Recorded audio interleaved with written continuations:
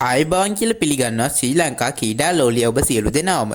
මෙවර 2025-2027 නව ලෝක ටෙස්ට් ශූරතා තරගාවලිය ආරම්භ කරමින් තරගාවලියේ පළමු තරගය ලෙස ශ්‍රී ලංකාව හා බංගලාදේශය අතර ටෙස්ට් තරගාවලියක් පැවැත්වීම නියමිතයි.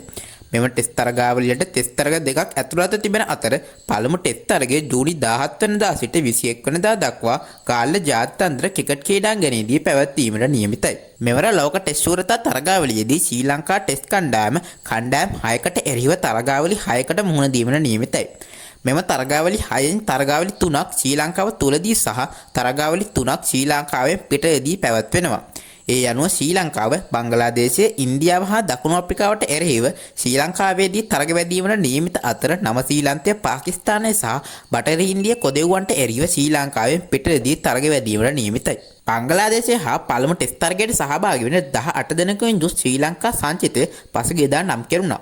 ටෙස්ට් කණ්ඩායම මෙහිමේ වගකීම සුපුරුදු පරිදි ධනංජය සිල්වා හට හිමි වී තිබෙනවා. ඊට අමතරව සංචිතය සඳහා පිතිකරුවන් ලෙස පැතුල් නිශ්ශංක, කුසල් මෙන්ඩිස් සහ කමිදු මෙන්ඩිස් වැනි ක්‍රීඩකයන් ඇතුළත්ව සිටිනවා.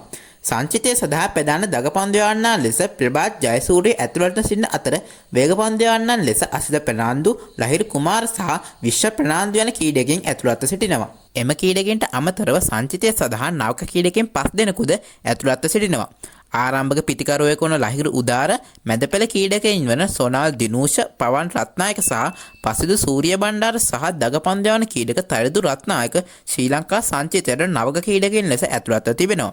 මෙහිදී විශේෂයෙන් සංචිතය සඳහා නම් කර සිටින තරිදු රත්නායකට අත් දෙකේම පන්දු යැවීමේ හැකියාව පවතින අතර ඊට අමතරව ශ්‍රී ලංකා සංචිතයෙහි සිටින කමිදු මෙන්ඩිස්ටද එලෙස පන්දු යැවීමේ හැකියාව පවතිනවා. මොවුන් සියලු දෙනාම මෑත කාලයේ පුරාම දේශීය තරග පිටියේ ඉහළ දස්කම් දක්වන්නට සමත් වුණා.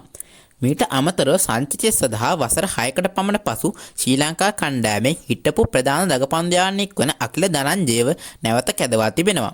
අකිල ධනංජය මෑත කාලයේ පුරාම දේශීය තරග පිටියේ ඉහළ දස්කම් දැක්වීමට සමත් වුණා. ඊට අමතරව ශ්‍රී ලංකා සංචිතය සඳහා නම් කර සිටි ලහිරු කුමාර මේ වන විට ආබාධ තත්ත්වයකට මුහුණ දී සිටින නිසා ඔහු වෙනුවෙන් මෑත කාලයේ දේශීය තරග පිටියේ ඉහළ දස්කම් දැක්වීමට සමත් වී සිටින ඉසිත විජේසුන්දරව සංචිතය සඳහා කැදවා තිබෙනවා. ශ්‍රී ලංකාව හා ටෙස්ට් තරගාවලියට සහභාගී වෙන බංගලාදේශයේ ක්‍රීඩකයන් 16 දෙනෙකුන් යුත් සංචිතය පසුගියදා නම් කෙරුණා. ඒ අනුව බංගලාදේශ ටෙස්ට් කණ්ඩායම මෙහිමේ වගකීම සුපුරුදු පරිදි නජ්මුල් හසන් ෂන්ටෝ හට හිමි වී තිබෙනවා. ඊට අමතරව ඔවුන්ගේ සංචිතය සඳහා ටෙස්ට් පිටියේ අත්දැකීම් බහුල ක්‍රීඩකයින් වන මුෂ්ෆිකර් රහීම්, මොමිනුල් හක්, ලිටන් දාස්, මෙහෙදි හසන් මිරාජ් සහ ටයිජුල් ඉස්ලාම් යන ක්‍රීඩකයින් ඇතුළත් වෙනවා. කෙසේ වෙතත් බංගලාදේශයේ සතු ප්‍රබල වේගපන්දයාන්න් දෙදෙනෙකු වන ටස්කින් අහමඩ් සහ සොරිෆුල් ඉස්ලාම් යන ක්‍රීඩකයින් මෙම සංචිතය සඳහා ඇතුළත් නොවීමද පුදුමයට කාරණාවක් වෙනවා. ශ්‍රී ලංකාව හා ටෙස්ට් තරගාවලියට සහභාගී වෙන බංගලාදේශ කණ්ඩායම පසුගියදා ශ්‍රී ලංකාවට පැමිණි අතර ඔවුන් මේ දිනවලදී තමන්ගේ පෙර පුහුණුවීම් වල නියැලෙන ආකාරය අපිට දැක ගැනීමට පුළුවන්. පළමු ටෙස්ට් තරගය සඳහා ක්‍රීඩා කරන ශ්‍රී ලංකා කණ්ඩායම මෙලෙස සැකසෙයි කියලා අපිට අනුමාන කරන්න පුළුවන්. ඒ අනුව ආරම්භක පිටිකරන ස්ථානයට පැතුම් නිස්සංක සමගින් ලහිරු උදාර හෝ ඔෂධ ප්‍රනාන්දු යන අයගෙන් එක් අයෙකු ක්‍රීඩා කිරීමට නියමිත වී තිබෙනවා. ඉන්පසු පිළිවෙලින් දිනේෂ් චන්දිමාල්, ඇන්ජලෝ මැතිව්ස්, කමිදු මෙන්ඩිස්, ධනංජය සිල්වා සහ කුසල් මෙන්ඩිස් යන අය පිටිකරන ලයිස්තුවේ ස්ථානගත වෙනවා. ප්‍රභාත් ජයසූරියගේ සහායක ප්‍රගපන්දුයානා විදිහට අකිල ධනංජය හෝ තරිදු රත්නායක යන ක්‍රීඩකයන් අතරින් එක් අයෙකු ක්‍රීඩා කිරීමට නියමිතයි. කණ්ඩායමේ වේගපන්දයාන්න් ලෙස අසිත ප්‍රනාන්දු සහ විශ්ව ප්‍රනාන්දු ක්‍රීඩා කිරීමට නියමිත වී තිබෙනවා.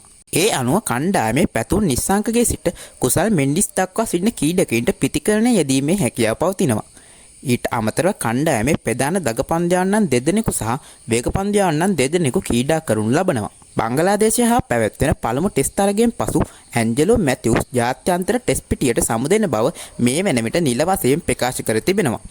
ඒ අනුව ඔහුට සමුදීම වෙනුවෙන් තරගය ආරම්භ වීමට පෙර ඔහුට ගෞරවය දැක්වීමට මේ වෙන විට කටයුතු සූදානම් කර තිබෙනවා. බංගලාදේශයේ හා ටෙස්ට් තරගාවලියෙන් පසුව ශ්‍රී ලංකා කණ්ඩායමට නැවතත් ටෙස්ට් තරගාවලියක් පැවැත්වෙන්නේ 2026 වසරේ ජූනි මාසයේ බටහිර ඉන්දිය කොදෙව්වන් සමගින් වන අතර ඒ අනුව ශ්‍රී ලංකා ටෙස්ට් කණ්ඩායමට මෙම තරගාවලියෙන් පසු වසරක පමණ දිගු නිවාඩුවක් ලැබීමට නියමිතයි. ඉතින් ශ්‍රී ලංකාව හා බංගලාදේශය අතර පැවැත්වෙන ටෙස්ට් තරගාවලියේ දිනින් දින අලුත් වන තොරතුරු සමගින් නැවත හමු වීමේ බලාපොරොත්තු වෙමින් මම අදට ඔබෙන් සමුගන්නවා. ඉතින් ඔයා තාමත් මගේ channel එක subscribe කරලා නැත්නම් දැන්ම ගිහින් channel එක subscribe කරලා bell icon එකත් click කරලා තියාගන්න. එහෙනම් අදට මං ගිහින් එන්නම්. ඔබ සැමට සුබ දවසක්.